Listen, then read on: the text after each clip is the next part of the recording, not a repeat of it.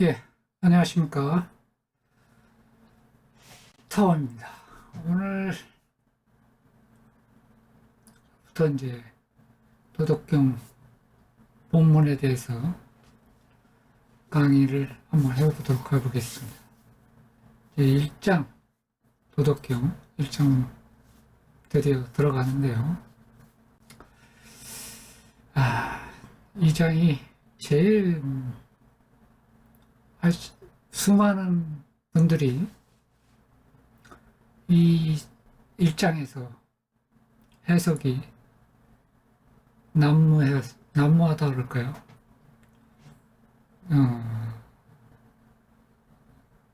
조금 이해할 수 없는 말로 수많은 분들이 해석을 해서 도를 도라하면 도라할 수 없다. 뭐 이런 식으로 너무 반복적인 얘기를 하다 보니까 굉장히 퍼즐과 같기도 하고 어려운 난구죠. 근데 제가 이제 이 장을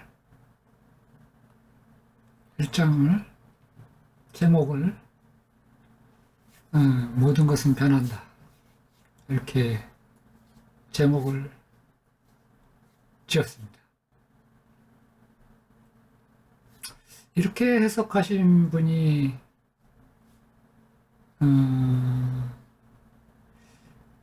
뭐 비슷하게는 간 분 제가 몇 분은 봤어요. 특히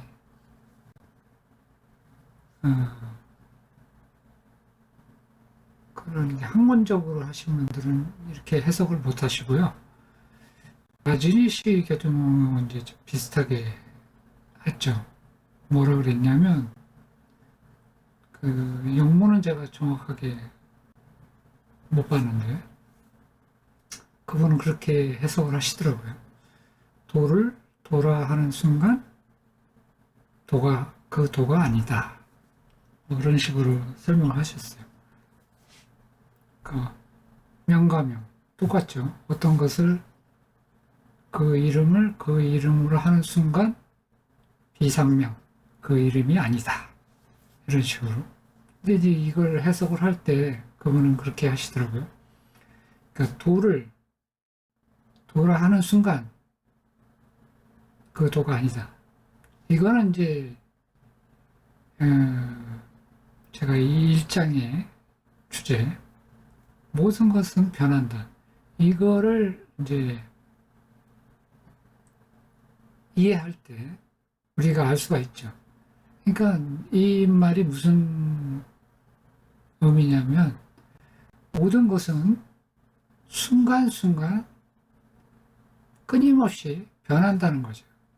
그러니까 전 상태와 지금 상태나 그 다음에 그 다음 상태는 똑같을 수가 없어요. 모든 것이 그렇다는 거죠. 모든 것이. 그분은 그런 거예요. 내가 지금 도라고 말한 지금 이 순간, 그 도와 다음 순간에 말한 이 도는 그 도와 틀리다. 이 말을 무슨 얘기냐면, 지금 이거는 나를 볼 때도 마찬가지입니다. 나 자신도. 근데 이제 이거는, 과학적으로 이제 현대에서도 이제 증명된 거죠. 우리 뇌의 상태는 끊임없이 변합니다.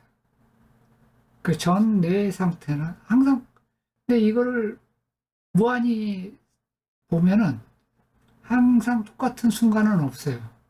항상 그 뭐라 그럴까? 파이의 무한수처럼 어떤 순간순간 무한의 순간이 다 무한의 순간이기 때문에 똑같지 않다는 거죠. 이거 엄청난 의미를 갖고 있습니다. 이제 그것으로 설명하시는 분이 있었어요. 그리고 이제 이 절을 독특하게 해석하신 분이 한 분 있었는데, 제가 그 많은 사람들이 이제 이렇게 세 구절로 읽어도 충분히 저는 이렇게 이해할 수 있다고 생각하는데, 어떤 분은 이거를 두 구절씩 읽어서 하신 분이 있더라고요. 그러니까 다들 도가, 도비, 상도. 근데 그것도 의미가 있어요. 왜냐하면 도라, 네, 도라 하든,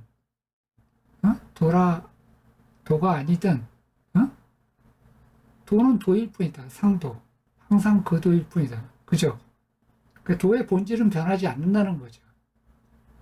근데 이제 이 구조를 뒤에 가서 제가 지적 설계로 보면은 이제 이것을 이해할 수가 있어요.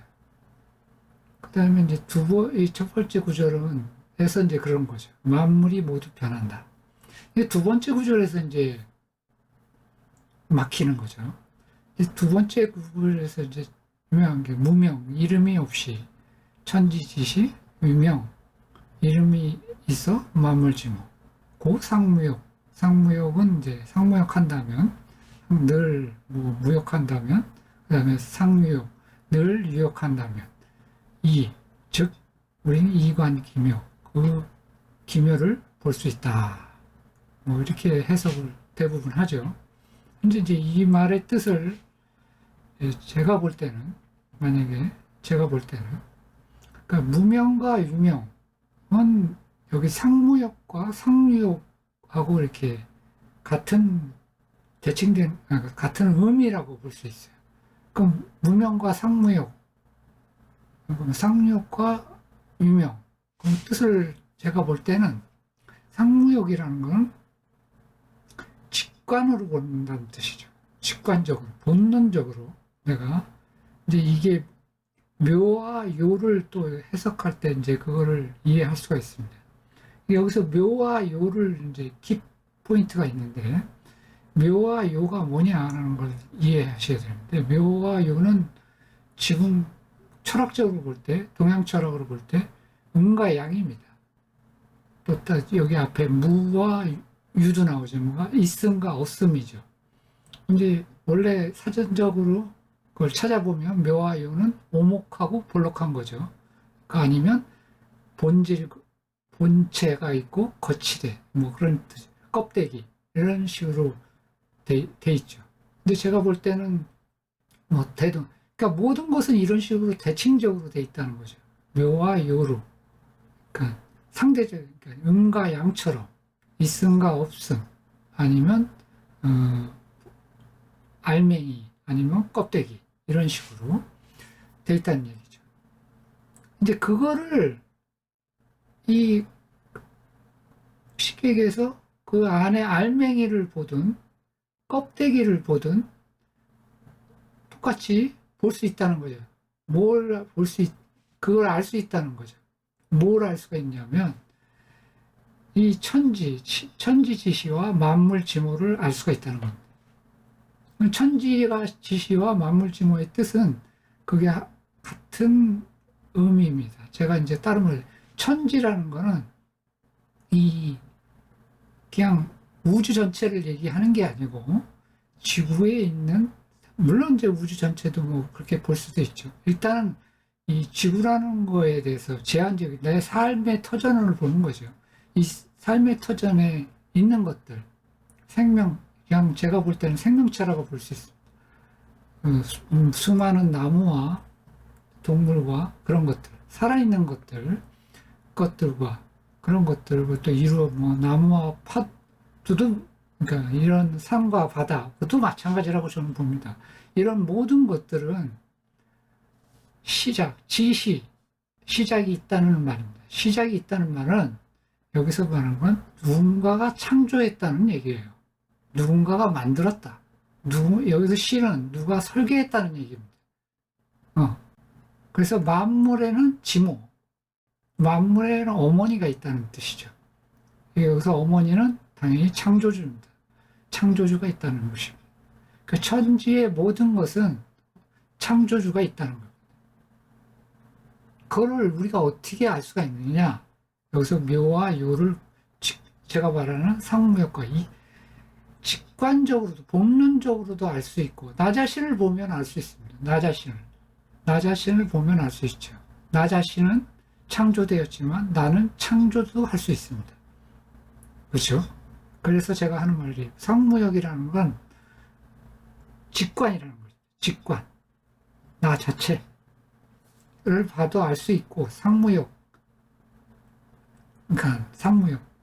묘와 요도 제가 상대적인 거죠. 자기 자신, 묘를 보면 자기 자신을 봐도 알 수 있고 타인, 요 바깥의 사람을 봐도 똑같다는 얘기죠. 봐도 똑같이 우리는 알 수 있다는 얘기입니다. 근데 이것들은 묘와 요 이런 것들은 모두 차량자, 이 양자는 동출 이명 모두가 원래 하나였어요. 그러나 이름이 틀렸을 뿐이에요. 드러나는 것이 틀리다는 거다. 이름이 틀린 거다. 동이지요. 어? 아주 엄청난 의미를 갖고 있죠. 어? 근데 이 말한 것은 여기서 가물다라는 뜻은 원래 제가 알기로는 무한하다는 뜻이죠. 무한하다, 영원하다는 뜻은 의미를 갖고 있죠. 이것들은 영원하고 영원합니다. 네? 그렇죠. 그렇게 볼 수가 있습니다. 이 영원한 것은 이것은 온갖 묘함이 나오는 문이다 하는데 나중에 그 구절에 대해서 이제 제가 이렇게 설명을 해놨는데 이 구절을 왜 의미를 알 수 있는 것이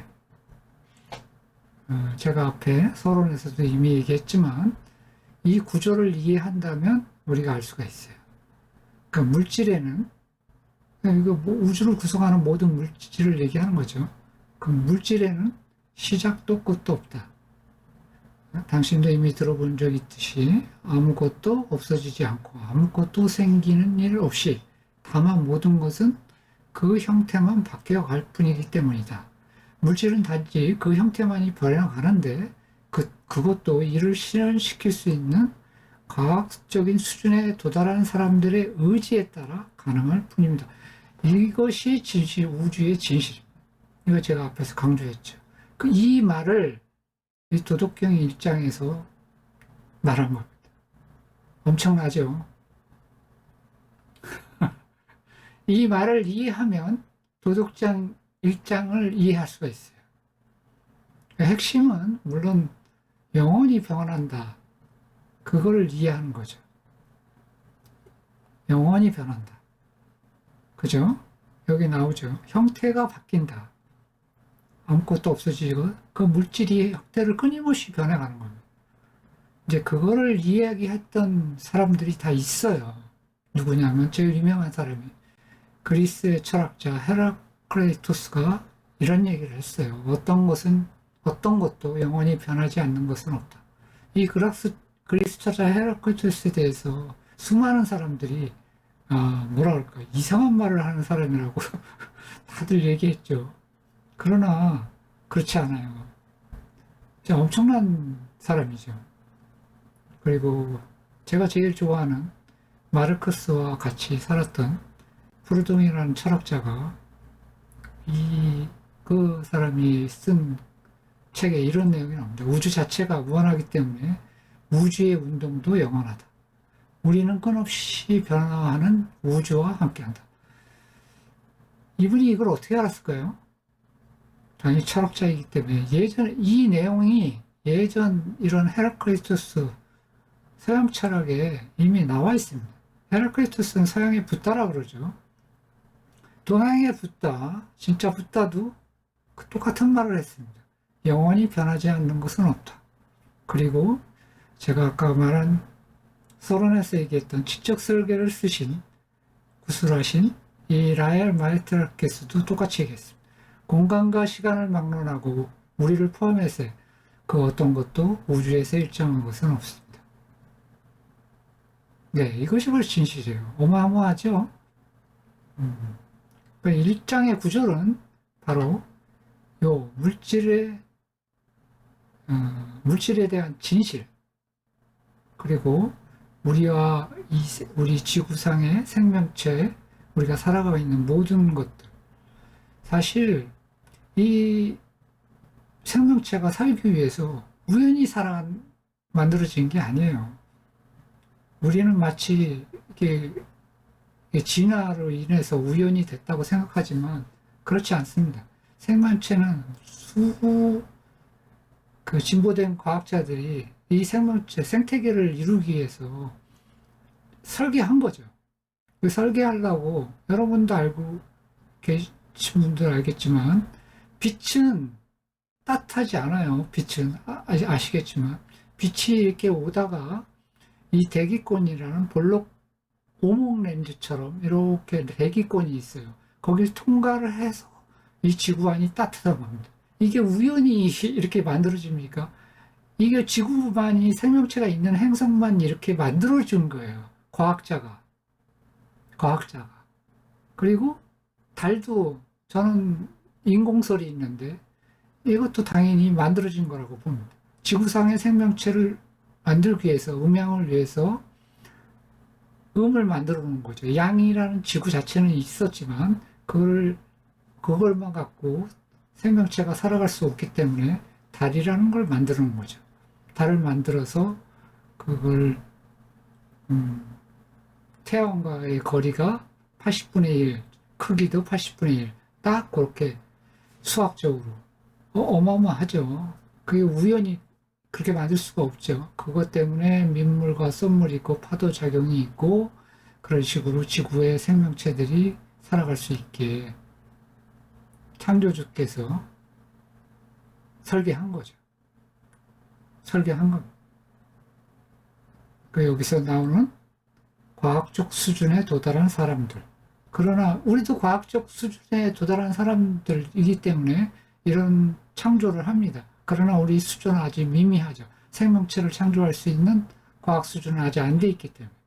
그러나 모든 생명체들을 만들 수 있는 과학 수준에 이른다면 이런 행성에서 생명체를 창조할 수 있고 그런 대기권도 만들고 그런 수준에 된다면 우리는 충분히 할 수 있습니다.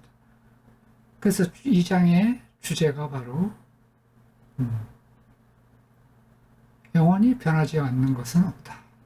제가 서론에서 얘기했던 것처럼 모든 메시아들이 이런 비슷한 얘기를 했습니다. 모든 메시아들이. 그래서 제가 이 얘기를 하는 겁니다.